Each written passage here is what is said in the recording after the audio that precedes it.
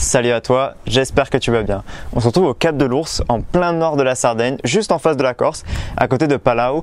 Et tu peux voir en fait juste moi toute la roche et tout le littoral sarde juste derrière, c'est vraiment magnifique. Et c'est dans ce cadre en fait que je voulais te parler des paris court terme dans le cadre de la Coupe du Monde. Alors dans la précédente vidéo, je t'avais parlé des paris long terme dans le cadre de la Coupe du Monde où je t'avais expliqué que c'était plus intéressant de faire des paris long terme sur la phase de groupe plutôt que sur tout l'ensemble de la compétition avec les matchs à élimination directe qui suivaient. C'est-à-dire les matchs dans les huitièmes de finale, quart de finale, demi-finale et finale. Tout simplement parce qu'il y avait beaucoup plus d'impondérables à partir des éliminations directes, des huitièmes, des quarts, alors que dans la phase de groupe où là il y avait 3 matchs entiers qui se jouaient et où les impondérables en fait s'équilibraient, où c'était vraiment plus globalement souvent les meilleures équipes qui passaient, il y avait beaucoup moins de surprises.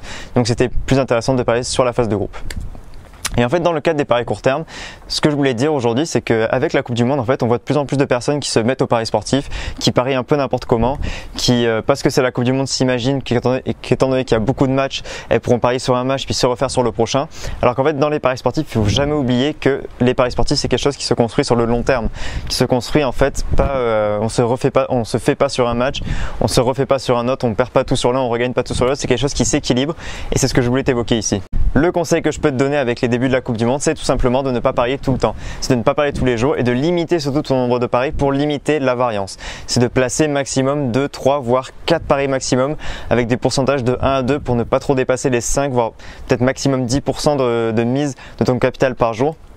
Donc fais très attention, il y a énormément de matchs qui vont être pièges, comme par exemple je pense au Portugal, il y a beaucoup de gens qui voient le Portugal ne pas se qualifier pour les huitièmes de finale. Il peut même y avoir des surprises, pourquoi pas avec l'Espagne, pourquoi pas avec l'Allemagne. L'Allemagne qui, comme je l'ai dit dans un article sur mon site internet, manque un peu de cadre actuellement, donc qui n'est pas forcément sûr de finir première de son groupe, mais qui devrait quand même se qualifier. Donc fais vraiment attention à ces surprises, ne crois pas que parce que c'est la Coupe du Monde tu vas placer plein de paris et tu vas gagner, et si tu en perds tu vas te refaire. C'est quelque chose qui se construit au fur et à mesure, c'est une dynamique en fait à mettre en place au fur et à mesure des matchs, et surtout concentre-toi sur les équipes que tu connais. Si tu es spécialisé par exemple sur la France, comme je m'adresse plutôt à un public francophone, concentre-toi sur les matchs de l'équipe de France, essaie de voir si la France a une probabilité de faire une contre-performance par exemple pour son premier match face à l'Australie, ou alors contre son match face au Danemark ou ses autres matchs. Donc vraiment concentre-toi sur les équipes sur lesquelles tu as beaucoup de connaissances et oublie le reste. Sur ce, j'espère que cette vidéo t'a plu.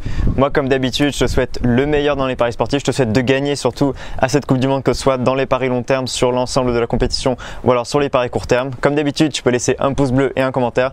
Moi je te dis à bientôt, ciao.